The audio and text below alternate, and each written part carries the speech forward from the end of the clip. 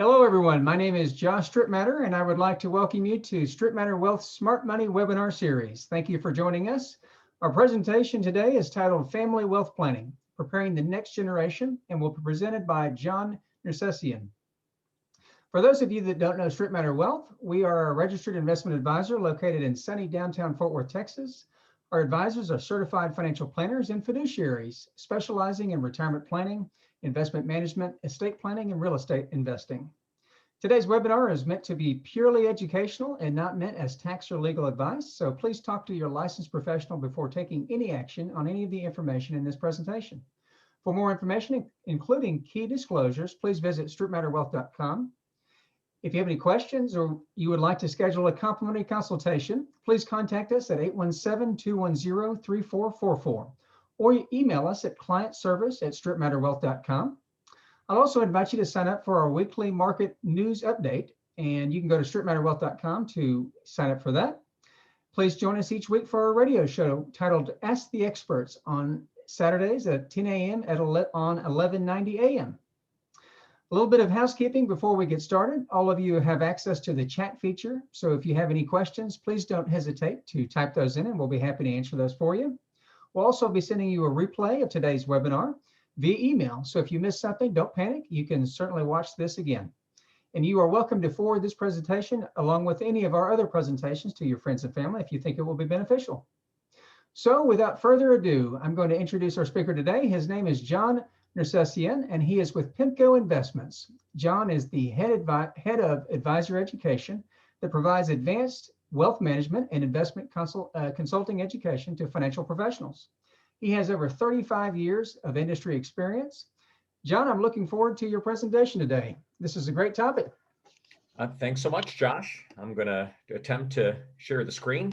Yes. And there we go. Well, thanks so much for the opportunity to be with everybody today. And thanks, Josh, for the opportunity to get to know you and spend some time with your clients. I think this is a really important topic. Just a personal anecdote to kind of share the importance of this. I mentioned this to Josh during our pre-chat. My daughter goes to TCU right around the corner for many of you who are probably with us today, and she's going to be graduating in May. And one of the conversations that we're currently involved with is financial independence. Mom and dad have supported her during her formative years, paying for all of her basic expenses along the way, including her rather expensive education at TCU. Well worth it, by the way. But now she's about to branch out on her own. I was sharing with Josh that she'll be starting a job with Zoom in Denver, Colorado in June, about a month after graduation. And we're taking advantage of this opportunity to kind of set some new ground rules. Hopefully, though, the financial decisions that our daughter makes, while those might be new, hopefully the values that she's gained from my wife and I and from her upbringing, hopefully those will continue to resonate. And that's really what our conversation today is all about. I love this quote from Warren Buffett. It's this concept which I'm sure many of you have probably asked yourselves, maybe you've discussed with Josh and the rest of his team. What is the right amount of money to leave my children? When am I helping to facilitate, to nurture an entrepreneurial spirit, financial independence, proper motivations? And when do the financial resources I provide my kids, when do they have a negative consequence? When do they become enabling? I get it. For so many of us, myself included, our primary focus has been, how do I work and save and invest wisely to satisfy my own retirement needs? And I do understand that that is a significant priority for many of us. But at some point in our lives, the focus will change. And that focus will be, what is the impact of my wealth on others? Most importantly, the people that I love, including my children. So here's what we hope to be covering today. We're going to try to identify some of the challenges that maybe some of you have experienced as well. We're going to introduce this concept of family wealth education. And then we're going to introduce, if you will, some best practices that we've seen implemented by others that may be a good example or an opportunity for each and every one of you individually. Josh's team, of course, in addition to all the great financial planning and investment management work they do, they're certainly glad to help you if this is something that you'd like assistance with. And so let's take a look at this challenge, if you will, that so many families face. You've probably heard the expression before, shirt sleeves to shirt sleeves in 3 generations. And it's not a happy story. It's the idea that there's a matriarch or patriarch who's created significant wealth. And unfortunately, that wealth is very quickly dissipated as it passes down from one generation to the next. Fewer than 10% of American families are able to preserve wealth effectively from one generation to the next. Now, you could probably question why that is. Obviously, there's some obvious costs and reasons as to why wealth is destructed. There may be some less obvious costs or reasons as well. So let's talk first about the financial costs. We've got the cost of investment management. We've got the cost of taxation. We've got the costs of estate taxes as assets are passed from one generation to the next. And then, of course, you've got the division of property as the matriarch, patriarch pass on and leave the money to, hopefully, a number of well-intended beneficiaries. But there are other forces at play here. It's the idea that in wealthy families, often conspicuous consumption exceeds the rate of return that we're able to earn on those assets. Unfortunately, family dynamics begin to take hold, and there becomes squabbling, there becomes disconnections between the different family members when money becomes involved. Here are the goals that so many wealthy families have. I'm curious to know if these might be goals that you share as well. What is it that you'd like to pass on to your children? I referenced the idea that at some point in our lives, we'd love to, of course, like most of us, pass on financial resources to our children, to provide them, if you will, with the advantages that maybe we didn't have ourselves. But in addition to wealth, what's critically important is that we pass on our values, that our children embody the kind of human beings that we want them to be, that they gain a sense of independence, and that they represent themselves as great members of our family in terms of how they support others who might be less fortunate. This is the challenge that so many families face. And I referenced my daughter and the idea that we're trying to educate and prepare her for financial independence. You've probably experienced this yourselves. Adult children who come back to the bank of mom and dad, where 79% of parents are continue to provide financial support for children even up to the age of 34. 82% of parents, because of their giving, nurturing, loving manners, 82% of parents said, yeah, I'd be willing to make a personal sacrifice regarding a purchase I wanted to make or a lifestyle choice in retirement in order to better support my children. So what are the key lessons we want to teach our children? We've used this methodology, by the way, with our own 2 kids, our son, Daniel, who's working for Major League Baseball in Chicago, and our daughter, who I've referenced before. There are a couple of key lessons that I think we would all love to teach our children. Number 1, how to earn money. That financial security starts first with working hard. Number 2 is despite the fact that you work hard and make a decent income, you've got to be able to save some of it. Number 3, smart spending choices. How to allocate available resources intelligently. 4th, how to invest the money well. Next on the list is how to share it. And we do view that as the responsibility of our family members as well. And then finally, financial competency, investing in yourselves to develop the skills required to be financially independent. Now, some of you may say, John, my job's easy. I send my kids to school, whether it's elementary school, high school, graduate school. And the assumption that many parents make is that the school system is providing this very needed, this very valuable education. But unfortunately, that's not the case. Most children respond by saying, gosh, my mom and dad expected me to gain this education in the school system. I've learned most of my financial lessons by observing the actions of my parents. And so I challenge you with the following questions. Have you spent the time and the energy required to teach your kids about money? Are there things that maybe you would like to do differently going forward? I know it's not easy. After all, when we're raising children, there was no instruction book that came with this concept of teaching financial literacy. And that's why relying on a great financial partner like those at Strip Matter, that's why they can become such a great asset in this particular process. Here are some of the challenges. Part of it focuses on conversation. Another personal story, and I apologize for being so personal, but I don't know, maybe some of these examples are illustrative. My dad came over from Syria at the age of 18. He was raised there with his 4 siblings. His dad was a pharmacist. And so my dad came over at the age of 18 with literally $5 in his pocket, put himself through Columbia University, eventually became the director of research and development at Bristol Myers. But because of his background, his upbringing, we always grew up in a household where we were told that it was rude or impolite to talk about money. I wonder if some of you maybe had that same kind of experience.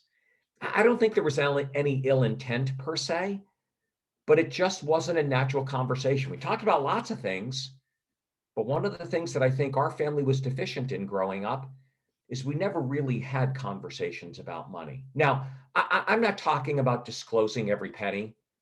I'm not talking about necessarily sharing the balance sheet with the children. Some families choose to do that, others prefer not to. What I'm really talking about are expectations, opportunities, responsibilities that we have of our children to prepare them to eventually be the appropriate stewards of either our wealth or the wealth they create on their own. Let's take a look at some of the challenges. This is what we often hear directly from families. Gosh, John, I love your message, but I'm not sure my kids are prepared to handle both the financial responsibilities or the emotional responsibilities of wealth. John, I'm worried that if I give my children money or if I talk to them about our financial resources, that wealth will have a negative impact on my children. They'll grow up with a sense of entitlement. They'll lack motivations. They'll grow up to be materialistic. Maybe the strong financial backing that we provided them with will lead to a sense of arrogance. And I don't think any of us would like to see that in our children. We're worried that our children won't be able to financially handle the inheritance they plan to leave. And we're also concerned that the monies that eventually pass on to our children might lead to conflict as the children have disagreements as to how to manage the money, how to manage the family business, how to manage resources that are left to them when they eventually go their way. I believe that there are solutions to the problem. I believe that we can help our kids prepare for and be better equipped to handle a number of different choices in their financial lives. The first set of choices are financial. And of course, what we'd all love to see is our children grow up with the intelligence, with the grounding, with the common sense to make intelligent choices financially. How to spend, how to save, how to invest. We also would love to see our children make intelligent choices regarding their intellect, intellectual choices. We want them to be goal-driven. We want them to be focused.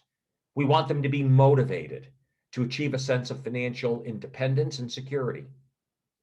And then finally, we'd all love to see our children make choices that elevate their sense of independence, their confidence, and maybe just as importantly, their gratitude, appreciation for money, regardless of how large or small that number may be. We'd all love to see our children grow up with these values. Here are some questions that I might challenge you with. Don't answer them now. Maybe these are questions that you discuss with John. How do you define success? What led to your success? And where did it come from? What does money mean to you? What does it mean to your family? What does financial responsibility mean to you? How would you define it? And do your children share that same view? What money messages have you shared, or maybe just as importantly, have you not shared that you'd like to? How do your children view your financial success? And what influence has that had on them? And then finally, last question I'd ask you is, where are the opportunities for improvement? Now, are you willing to commit some time and energy to invest in your children's financial literacy? All right, let's talk about some best practices. I'm going to cover a couple of them here. Don't have time to do a deep dive, but I will reference a number of resources that you can certainly discuss at your own leisure. The first thing I think we need to do in the step towards financial independence and literacy for our children is to identify the values that are most important to us. It's not my responsibility to tell you what those values might be. I've simply created, if you will, a little matrix of different values. And maybe you use this to think about the values that are most important to you that you'd like to instill in your children. Some children grow up entitled. Maybe we'd like them to be more appreciative. Some children grow up where they are enabled, and we'd love to see them gain a better sense of independence. Some children, unfortunately, grow up with a lack of motivation. And maybe our view is, or our hope is, that we encourage them, help them, prepare them to be more productive. Some children grow up with a sense of insecurity, whereas many of us would love to see our children grow up with a more confident disposition. Some kids are self-indulgent. It's all about them and their own needs. And maybe our values, the ones that we'd like to see them adopt, would have them become a little bit more socially aware. The second responsibility, the second opportunity in this path, is to teach our children about financial values and expectations. And so I just finished reading a great book. In fact, I'll give you a couple of really good books on this subject. One is called Kids, Wealth, and Consequences. And that's where this particular lesson comes from that I'll be addressing in a moment. The second great book is called Wealth in Families. It's written by a friend of mine, Charles Collier from Harvard University. Great book on the read. And then finally, Silver Spoon Kids by John and Eileen Gallo out of Los Angeles, California. A number of really good books on the subject. In fact, let me give you a fourth one, written by a Sunday New York Times business columnist, Ron Lieber, also a friend of mine. I've done a lot of writing with Ron. It's called The Opposite of Spoiled. Isn't that an interesting title for a book? The Opposite of Spoiled. Essentially helping parents train their kids to grow up without those spoiled motivations or characteristics. Here are the lessons taught in the book, Kids, Wealth, and Consequences. They suggest that there are 5 really important lessons we need to teach our kids. And so I'm going to share with you a personal story to illustrate them. My son, when he was in school, about 5 years ago, before he graduated, he took an apartment off campus. And he called me. He said, "Dad, my roommates and I are deciding to move off campus. And as you know, we love to watch sports and play video games. We love to do things other than apparently go to class." And he said, "Dad, I really need that 85-inch Samsung 4K ultra high def TV. I think me and my 7 other roommates would really enjoy having that." And so, of course, I used this set of lessons to respond by saying, "No, Mom and I are not giving you that TV." The second opportunity, he talked about needing the TV. And we use this particular example to illustrate to him the differences between wants and needs. The third lesson is how to make a trade-off. And so obviously, he didn't get the TV that he felt he needed or wanted. But what we did do, we probably scarred him for life. We gave him a tube TV that was sitting in one of the guest bedrooms. Am I a bad father? I don't know. Maybe I am. Maybe that was an embarrassing moment for him, but I'd like to hope that I was setting the right expectations and sharing or demonstrating the right values. The next lesson, delayed gratification. You're not getting that really big TV now, but if you come home during the summer and you work hard, Mom and I will match your savings. And maybe after a period of time, you'll be able to afford a larger, more appropriate TV. And then the final lesson we need to teach our children, I think, is how to develop a sense of common sense, right? We can teach them to become great portfolio managers. We can teach them tax planning. We can teach them financial lessons.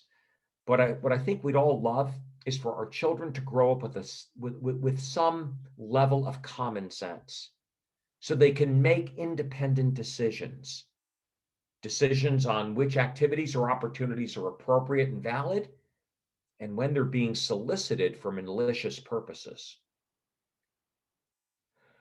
Family meetings are a great way to facilitate this education and the transfer of values. And so we've identified a couple of keys to meetings. As I mentioned, my family didn't engage in this when we were younger, but I make sure that it's part of my current family's methodology on a semi-annual basis. We have semi-annual family meetings. Now, they don't have to be formal, like your board meetings or your work meetings. They can be as casual as you'd like them to be. But here are a couple of keys to success to make these opportunities most productive. Number 1, make sure that you solicit everybody's input when you create the agenda. Make sure that you have a director of the meeting and that rotates.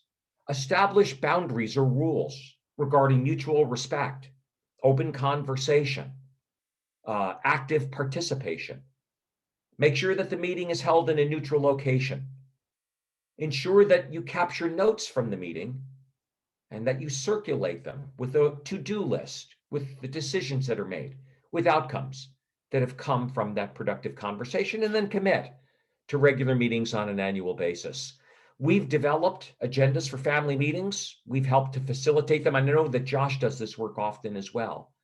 So please let us know if we can provide you with resources or engage Josh's team to help facilitate these kinds of activities. Great step is to write a family mission statement. Now, it's not the document itself that provides, I think, the greatest value. What a family mission statement does is it's intending to reflect the values of a family. What makes you different? What makes you unique? How would I describe you if I met you for the first time down at the TCU football field? How would I think about your family? Or maybe just as importantly, how would you like me to think of your family? It's not the document itself, although that is the output of the exercise. It's the conversation that parents and children have that really provides the greatest value in the exercise. Here's an example of a family mission statement.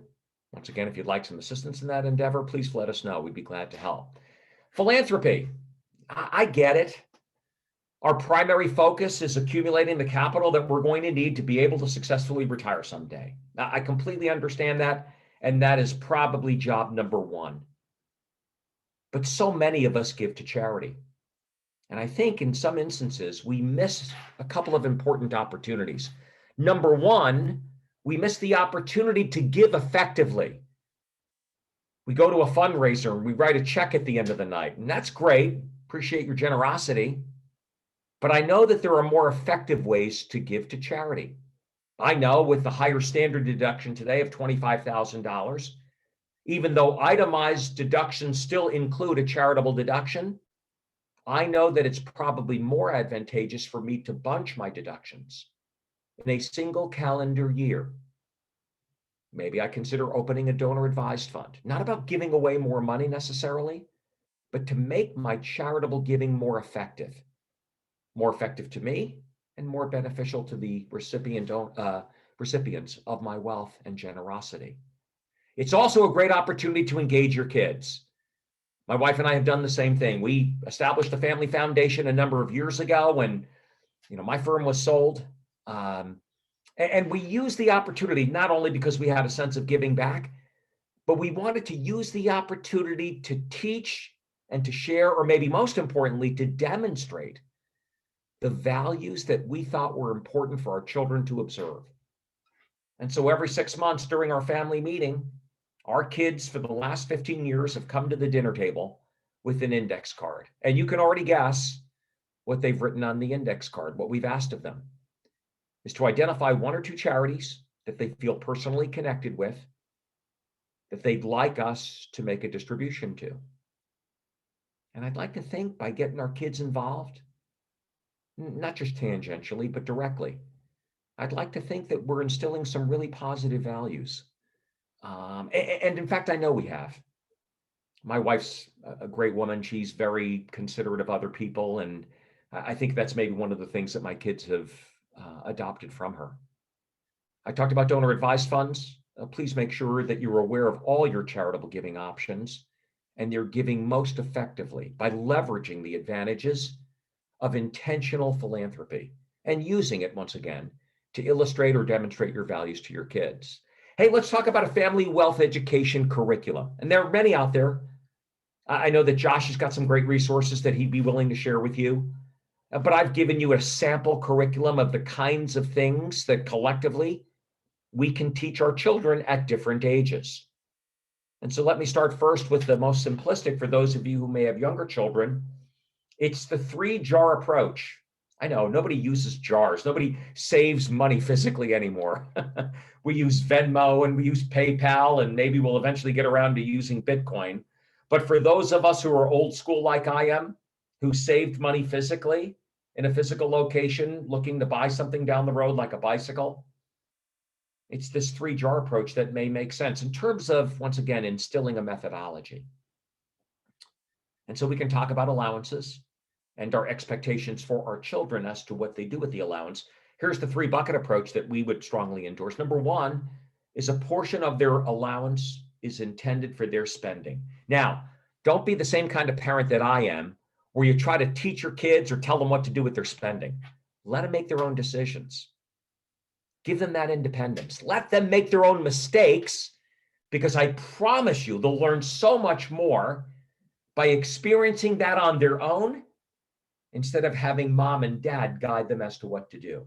The second bucket is for savings. And it's difficult sometimes to get a 7-year-old or a 10-year-old to put money aside for a future purchase. So make it easier. Help them identify what they're saving for. Maybe you print out a picture of that item and you show them how much it'll cost to buy it. And you chart or measure, if you will, their progress. Just like in weight loss, we're often encouraged to keep track of calories or food intake or something of the like. Same thing applies to savings. If we help our kids measure it, there's a greater likelihood they'll stick with it. And then finally, we want to teach our children about how to donate through this third bucket. Here's a great illustration. Maybe you've done this before, and if not, maybe it's inspiring. So many of us take family vacations, and what a great opportunity, right? To recharge the batteries, get away for a while. San Padre Island, I think, is where my daughter wants to go. I think that's down where all of you are. By the way, I'm dialing in from Naples, Florida. We have a home up in north of Chicago, right around the corner from Northwestern. We have a home also down in Naples. But San Padre Island apparently is where our daughter wants to take us, or where she feels we should travel during our next family vacation. And so here's what we did. We said, Margot, you own the vacation. What do I mean by that? Well, all throughout our children's youthful experiences, mom planned all the family vacations. She did all the legwork. And our kids simply packed up their toothbrushes and jumped on an airplane. I love this idea of empowering our children at the appropriate age to plan for the family vacation. Give them a budget and then have them make the choices. Are we going to fly first class or coach? Are we going to play golf or scuba dive? What hotel are we going to stay at? Let them make the choices involved in complying with a fixed budget. What a great lesson. What a great opportunity. A couple of lessons come from this. Number one, children begin to realize and appreciate how much work actually goes into planning a vacation, other than simply showing up and having fun. Number two, they realize how expensive a vacation can be, and hopefully their appreciation for them increases. And then thirdly, they learn the tough lessons of making difficult choices on how to allocate within a fixed budget. And then finally, we'd encourage you to organize family meetings and engage in family activities. Educational opportunities, take them to the New York Stock Exchange. Take them to a local business and have that business owner tell their story. Engage in fun activities where the family can experience a bonding. We held a family meeting down in Naples, Florida last Christmas season. And what we did is we actually engaged a local artist at an art studio in town. It was my mom and my dad, my brother and sister, and our spouses and our children, 16 of us in total. And we engaged in a process where we all painted pictures of the Florida sunset. Now, it was a 2-hour experience. We had a little bit too much wine and cheese, and I think there was more paint that wound up on each other than actually wound up on the canvas itself. But what a great opportunity, what a memory that we were able to create within the family. And in fact, if you came to visit my mom and dad today, down here in Naples, Florida, and you walked into their foyer, one of the important memories that you'll see displayed are the 16 pictures that their children and their grandchildren and their family members displayed on the foyer wall had created during that fun bonding experience. I want to thank you for your time today. I hope the conversation was helpful. I'm going to stop sharing my slides, and I'm going to ask Josh to see if he has any questions or comments. Josh? John, thank you very much. Give me 1 second here. I'll pull up my slides here. That was a great presentation. I have a couple of questions. And by the way, folks, you are welcome to ask any questions that you'd like now. John, you've been doing this for a long time, and you've worked with families in this specific area. What are some of the key learnings that you've walked away with over the years in doing family planning? Yeah, thanks for that, Josh. We could talk about the technical aspects of financial management and asset allocation, tax minimization, how to allocate dollars appropriately, et cetera. For me, what I have found to be most impactful for the families that I've served and for the advisors that I've worked with is this concept of communication. And by the way, I'm terrible at it. I think as a financial person, maybe like you, Josh, we're so anxious to focus on the money, right? That's kind of what we do for a living. We're going to help our clients make smart, intelligent decisions to increase their risk-adjusted results, to be able to afford a better retirement experience. And I get it. That's an important part of the process. But maybe the greatest lesson I've learned from these kinds of activities is the need for communication, because it doesn't come naturally for so many families. They've never been trained on how to do it. And often in retrospect or in hindsight, they kind of wish they had. They kind of wish they'd take advantage of those opportunities to have the conversations with their kids, with their family members, with people they love dearly, to facilitate this kind of progress. Well, you've certainly inspired me. I'm married with 3 daughters, and we have conversations around money on occasion, but really don't have planned conversations. So I like the idea of actually going somewhere, and I think that's probably would be the key with my family, because I would need to have my daughters focus not on their phones and not be able to escape to their rooms. So I think we would need to go to an offsite location to do that meeting. But that's a great idea, and I love that, and we will implement that in my family. So thank you for sharing that. Sure. I think it's a great idea. I think you're right. I think the assumption is we'll get to it someday in our day-to-day conversations, our day-to-day lives. Someday never happens. For me, I've got a time block and plan to accomplish anything in this world, Sure. whether it's writing a paper or having a conversation with my kids or setting a budget for a particular project that we're engaged in. If I don't do that, if I don't take those specific planning or scheduling steps, it kind of falls through the cracks of day-to-day life. Absolutely. Yep. That is fantastic. Thank you so much. I don't see any questions coming up. So last chance, folks. Any questions before we let John go? Again, John, a great topic. Thank you so much for presenting today. And again, if for anybody that would like to have a family meeting at my office, we can certainly schedule that and sit down with the entire family and talk about family values and money values. And I would certainly encourage you to do that. So I think that's all the questions that we have today, John. Thank you so much. Have a wonderful rest of your, have a great weekend, actually. Thanks, Josh. It was nice working with you on this project. Thank you for the opportunity. My pleasure. Thank you. Bye-bye.